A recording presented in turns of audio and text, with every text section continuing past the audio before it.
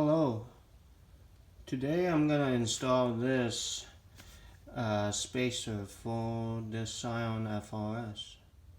Well, first of all, you're gonna jack up the car, remove the lug nuts, take off the wheel.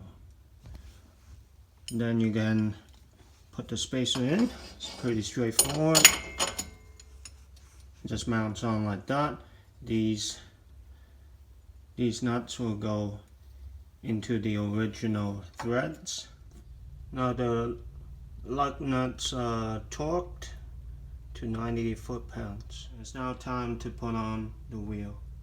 Now the only thing I should tell you is these threads are actually longer than the OEM ones. So what you're gonna need to get is some open-ended lug nuts. Now there you have it.